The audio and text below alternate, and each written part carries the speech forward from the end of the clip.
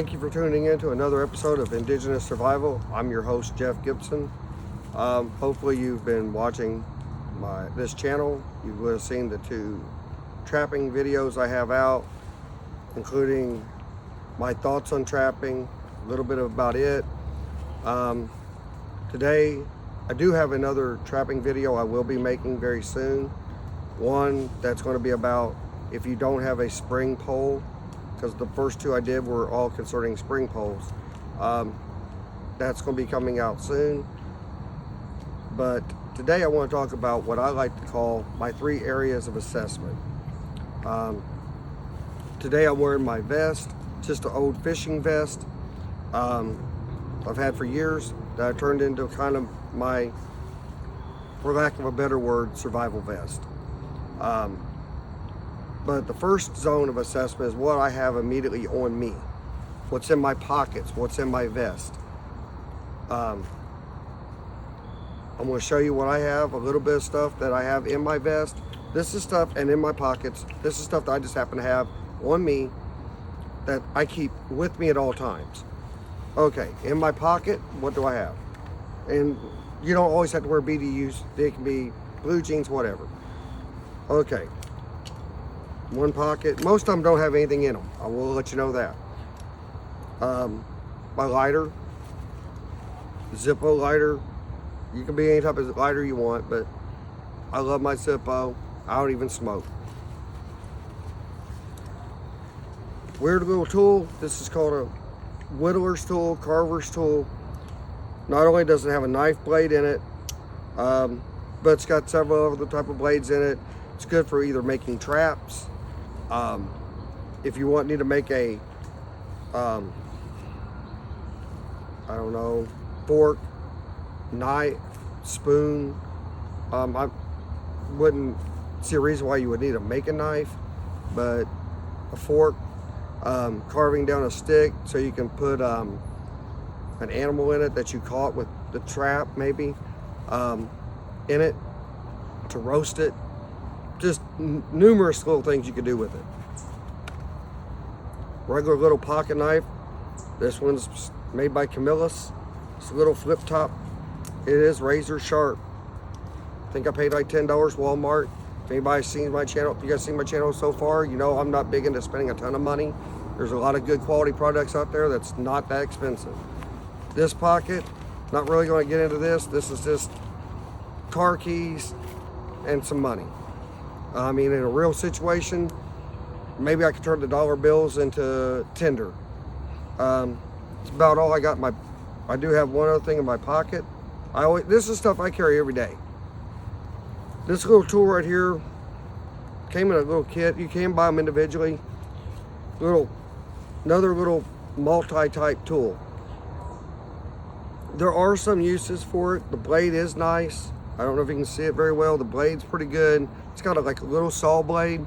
I have used them, not this one. I have used another one just like it. They do work great. I keep it in this little case. Why? Yeah, if I lost it, it made no difference if I lost the case, but I just,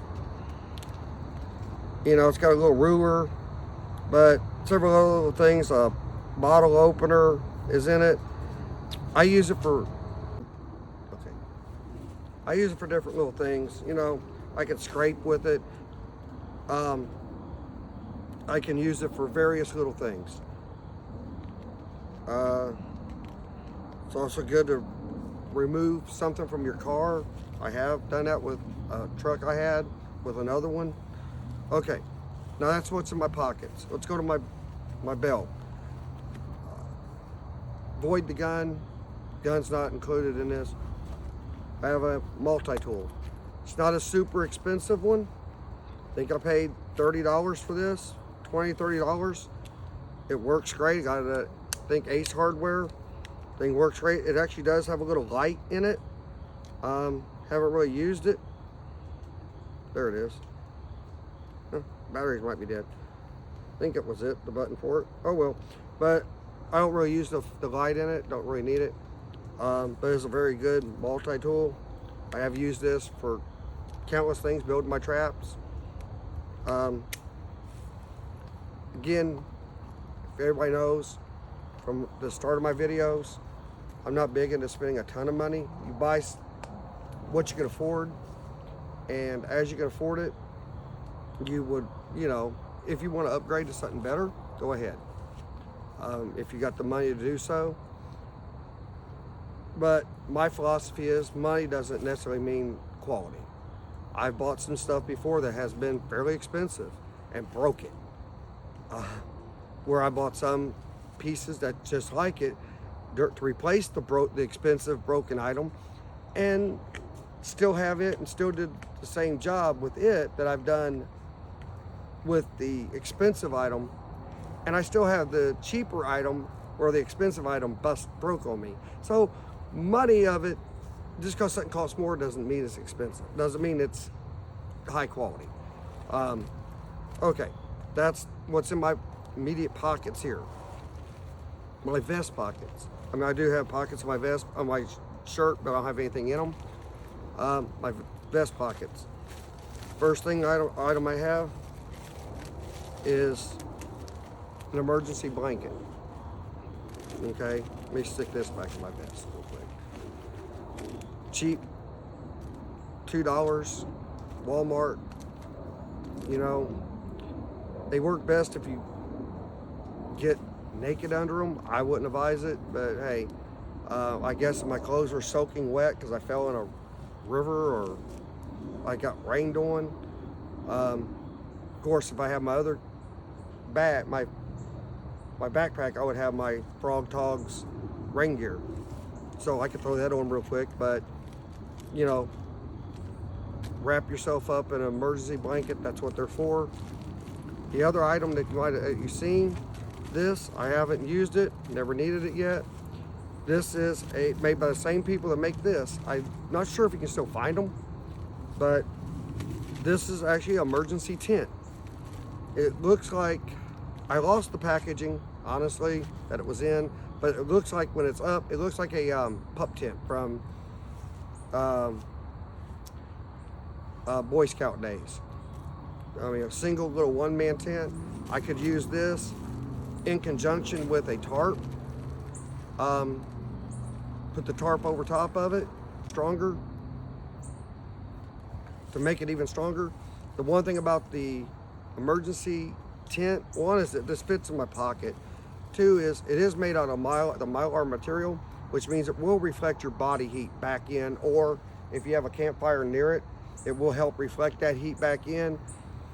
I can't really tell you about it, like, is it high quality, is it this or that? I haven't even opened it. It is in my vest, should I need it. And if I ever do need it, I will definitely post on it what its quality is.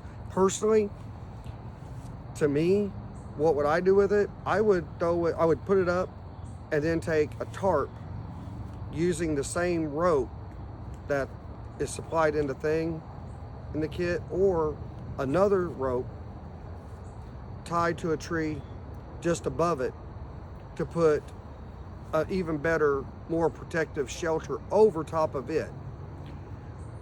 That's just me. I mean, I'm not going to trust my life 100% to some mylar material, but if I have the tarp and I can do it, which the tarps I love are canvas tarps. I buy them at Tractor Supply, at Harbor Freight. They're really cheap. They're not that, I mean, they're like 10 by 10. They're big.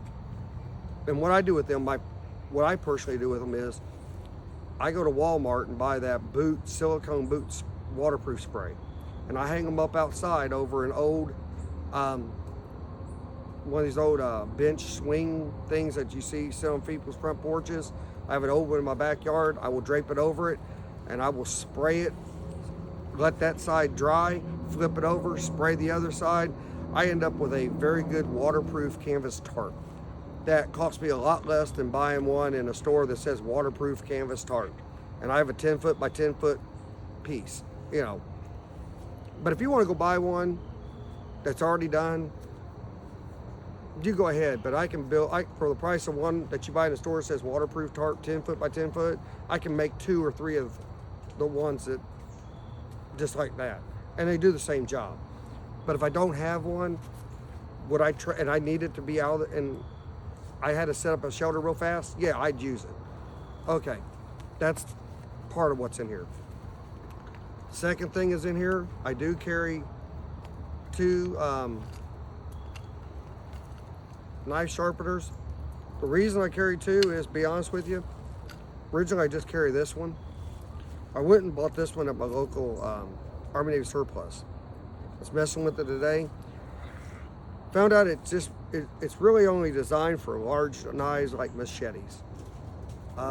Really wouldn't do my little pocket knife I have in my pocket, or my other one, worth of crap. So, but I did try it with my machete. The gap is just perfect for it.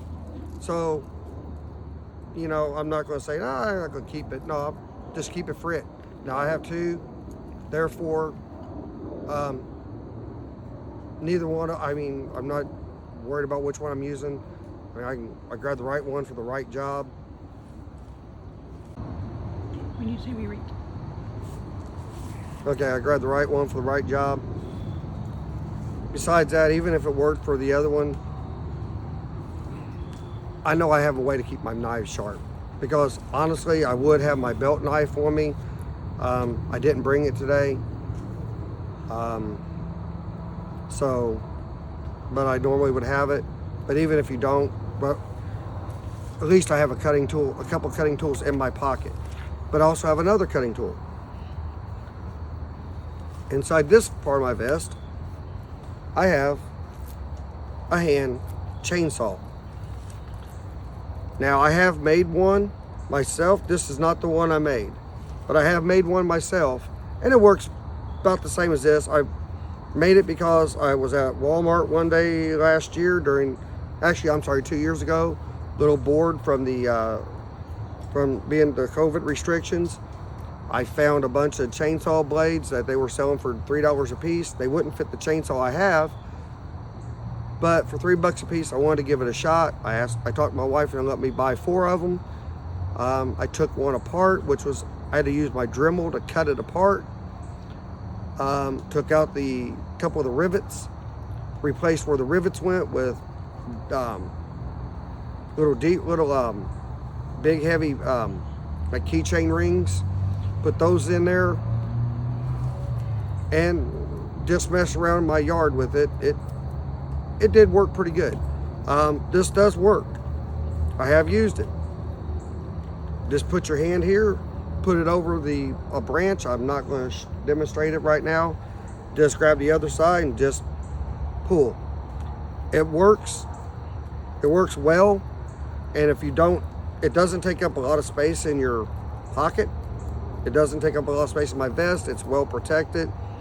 Yeah, just like any chainsaw, you need to use files to sharpen it.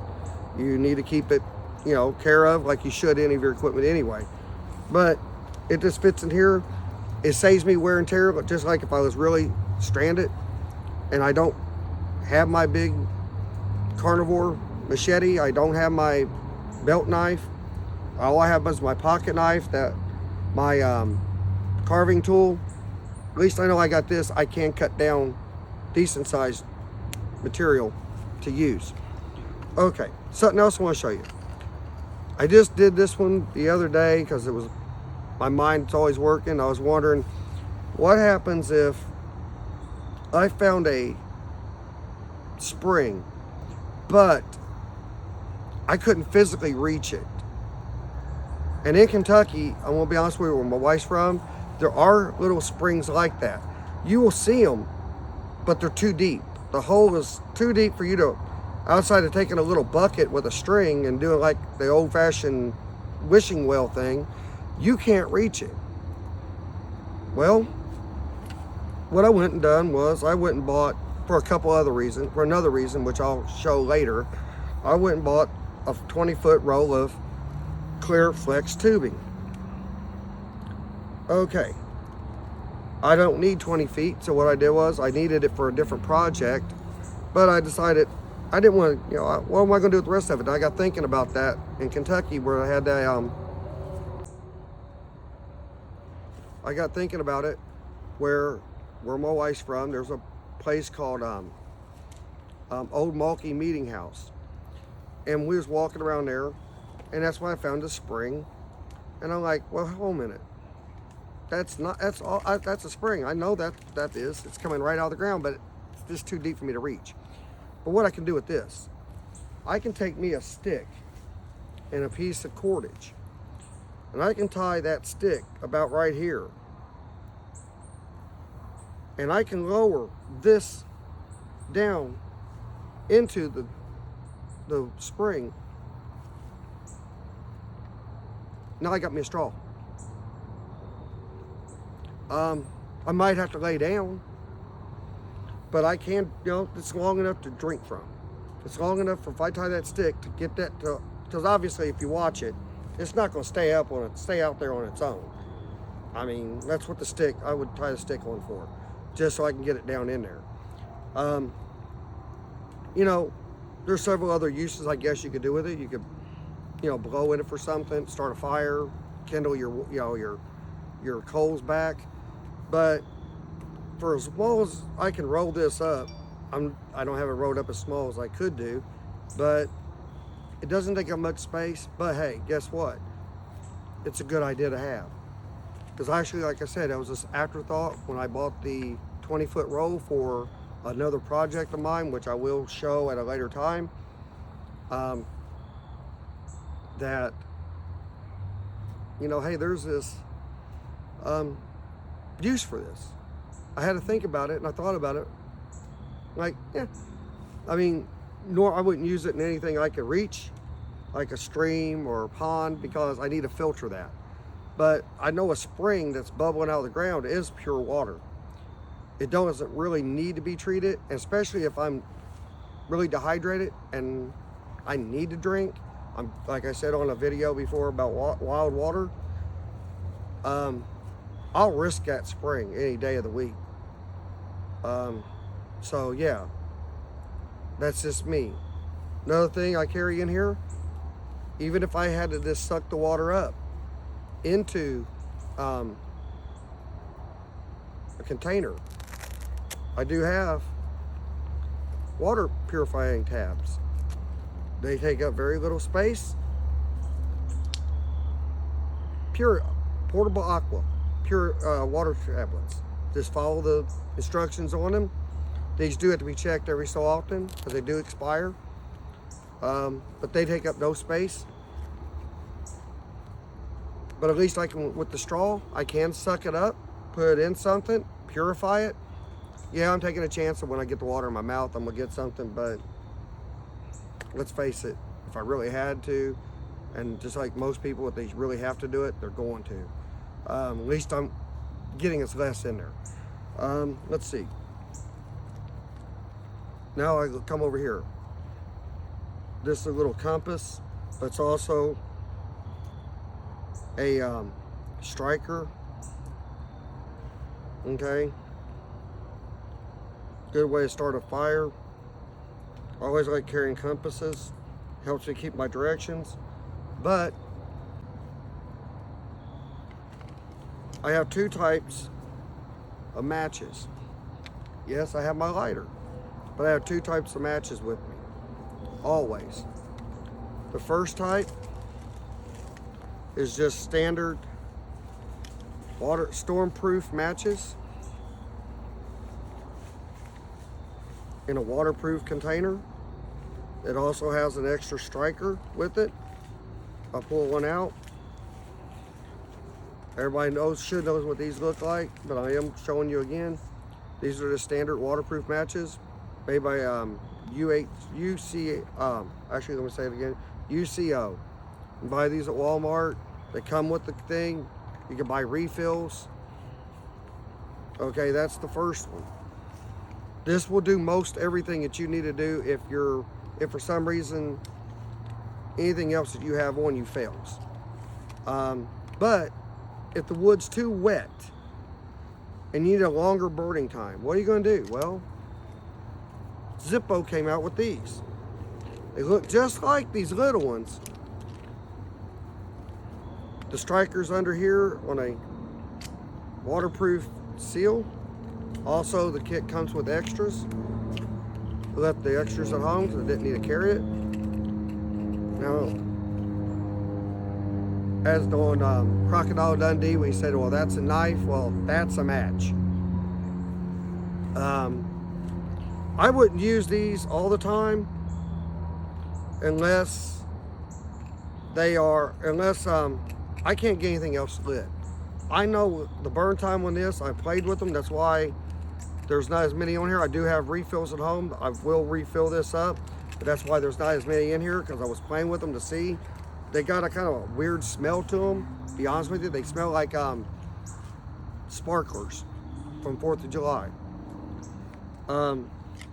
But that's not the only way I got to start a fire. You see, those don't ever leave my pocket. That's what this vest is for.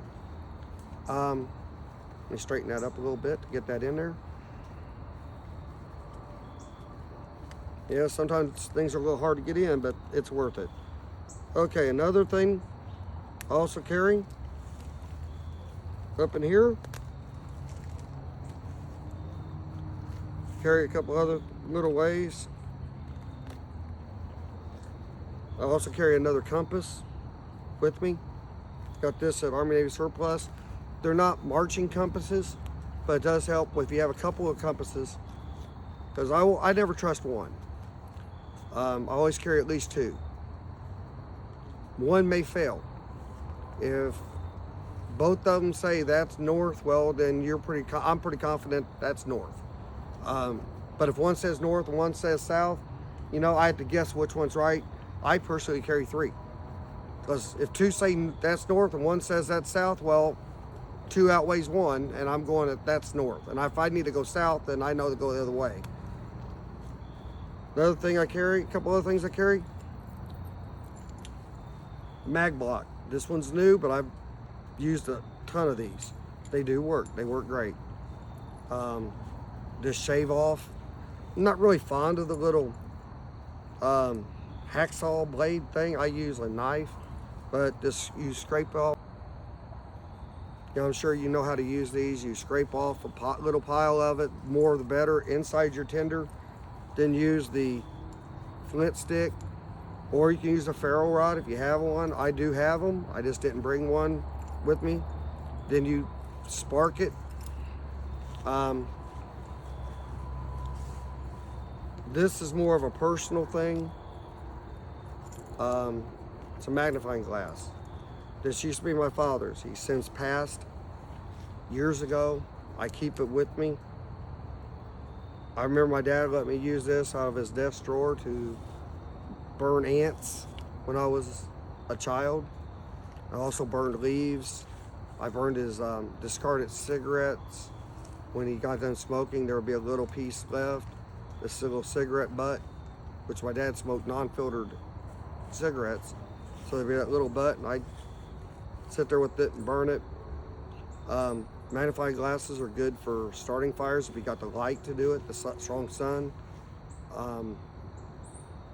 Now, somebody may ask, why would I carry a magnifying glass if I got a lighter, I've got two types of matches, I got a mag block? Well, you know what? Those are all resources.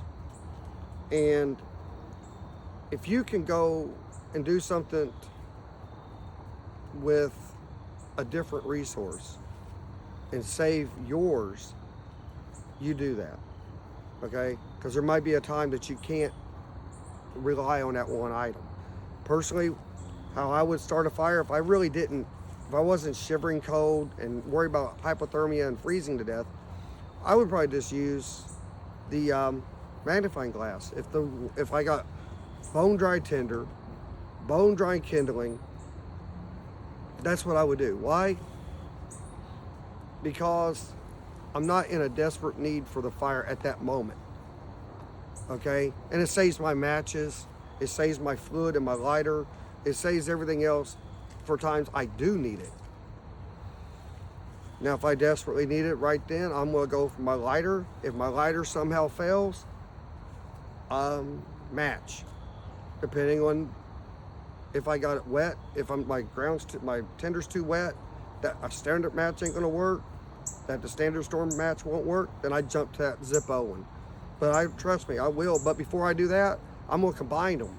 I'm gonna take the mag block, scrape that mag block into my tender to get enough of it built up to where when I use the match, whether it's the other match, the hurricane-proof match from Zippo, the storm-proof match, I'm better in my odds. And that's what survival is. You better your odds. Just like you do not use your knife to dig a hole. You take your knife, you cut a stick. You take a branch down, you whittle that down to make you a dig stick, and you dig. That's what our ancestors done from, 20,000 plus years ago. They realized digging with their hands was kind of pointless. They made a stick, and they used a stick and was able to crater under what they're trying to dig up to get it. It's always the smart move to do. Okay? The smartest move is, first of all, you conserve your energy. Okay? You never go after, you don't burn 1,000 calories to get he's going for places like Indiana, Illinois, Kentucky, Tennessee. I think there's a couple others that's going to be having 4 feet of snow this year. Now, I do not know. I watched it, and I still do not know if he means 4 feet at once or 8 inches here, 5 inches there, 3 inches here. I don't know.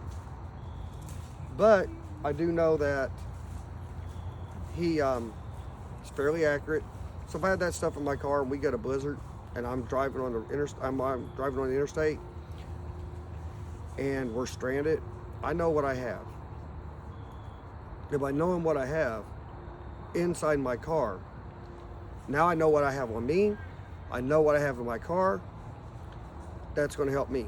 Another couple things I do carry in the car, they make coffee mugs that plug into a USB port. I have those, or will have those. Why? Well, one is coffee, obviously, but it keeps your coffee warm. But I figure if it keeps it warm, I can melt snow. If I'm out of the water, whatever's in my car, I can collect snow off the roof of my car, the hood of my car, put in one of those coffee pot mugs, plug that in, and it might take it a little while. I will, once I buy one, or two actually, one for my wife, but even if it was just me, myself, I can alternate. I can have this one melting, and it'd be melted, and I can start this one melting. So I can keep that going. If I took stuff like bouillon cubes with me, I can throw bouillon cubes in there. I can have hot chicken drink or hot beef. That's just adding calories back to my body, keeping me going, help me stay warm. But remember, you do have the engine of the car. And if you have enough gas, you will be running it. But it was going to charge up your battery. But don't forget, you do have that battery that is going to run your electrics, which is the electric blanket, the electric coffee cup mugs. So if I know I got that. Now, area number 3 is what's just beyond my car. And I don't mean a mile down the road, 5 miles that way. I mean what I can look outside my car and see safely away from my car. Is there trees? If they're dead, if I have a way to safely make a fire? Well, there's my wood. Is there a creek? Is there a stream right there that I can get water from? Various things like that. You have to see what's past, but like I said, safely. I don't mean walk a football field down the road, because that's too far. I mean, I'm talking just here, just outside my car, because that's what I want to look at. And for the folks that think that you can't get stranded in your car this day and age, I'm gonna say this. At my age, there was a thing called the blizzard of 78 here in Indianapolis. And there was a blizzard of 78 here in Indianapolis. I was 8 years old. I was having a blast because school was closed. Me and my friends are having fun.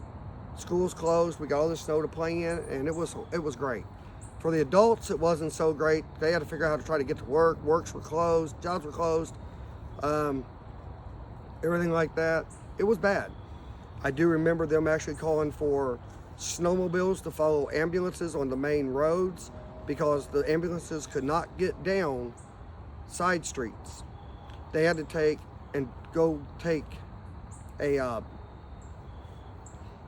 the EMS worker on the back of a snowmobile with a sled tied to the snowmobile to people's homes with all their equipment somehow stuck on that snowmobile to help people, whether it's a heart attack, a pregnancy, whatever.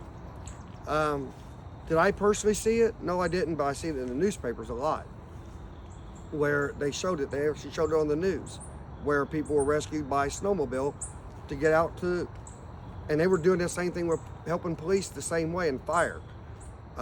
It was a mess. And people on the interstates were stuck in their cars for 2 to 3 days. You know, snow had piled up so high around their cars they couldn't get out. So it does happen. And older people like me and older than me that seen it will go, yes, it does. Younger people will say, no, that's never going to happen. Trust me, it does. And when it does, and it hasn't happened for a long time, trust me, when it does, it's bad and you're going to be stuck.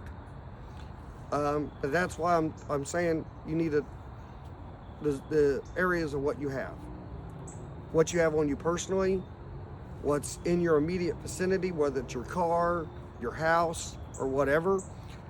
Then you have to go what's further, the zone, the area just outside that. What's around me that I can use. So those are my 3 areas of assessment. I hope you find that helpful. There is something I do want to share with everybody. If I can get my lovely wife to hand that to me. Okay. I did tell everybody I was going to start having decals made up. I started having them made up. If you contact me through my email, that will be at the bottom of this screen. I got a big one. I do have a third one I'm about ready to make up to kind of replace this one, but not fully. But I do have this one, a smaller one that you can put wherever you want on a smaller coffee cup. I got this one on this water bottle. I am thinking about starting to possibly sell the water bottles with the logo already on them. These are very nice water bottles. They're double walled.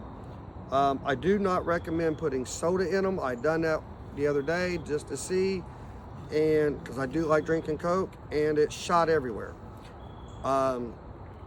Carbonation builds up, but they do have a built-in straw in them. But one thing I like about them, besides having the built-in straw, so I did that yesterday, and as soon as I released it, it looked like Mount St. Helens erupting. But it has, I did put watermelon drink in this, but it has the built-in thing.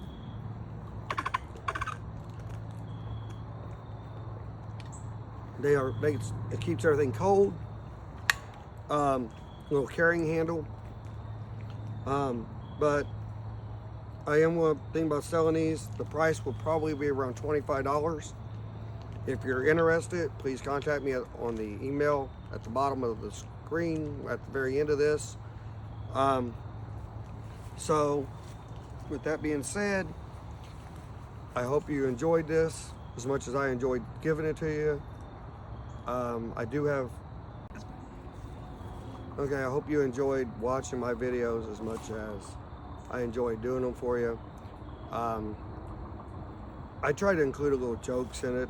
Everything, I like being a little funny.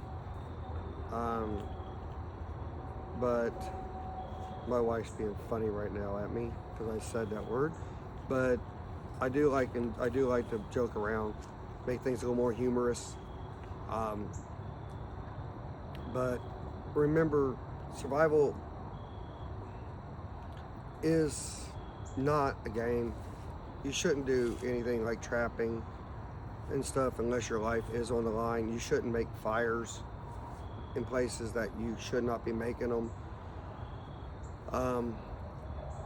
I would love to demonstrate doing fires, but I do have restrictions of where I'm at.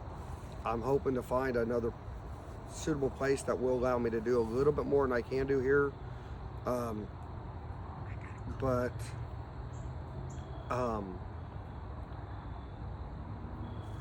with that being said, I hope everybody likes and shares and subscribes. If you've already subscribed, if you contact me through my email, I will send you out a decal. And go ahead and comment if there's something you would like to see me do. I would love to hear from you. I am going to expand out and try to do more along the lines of several days alone by myself or with my wife, doing different things, kind of like a survivor man / dual survival thing, which is what got me interested in doing this in the beginning. But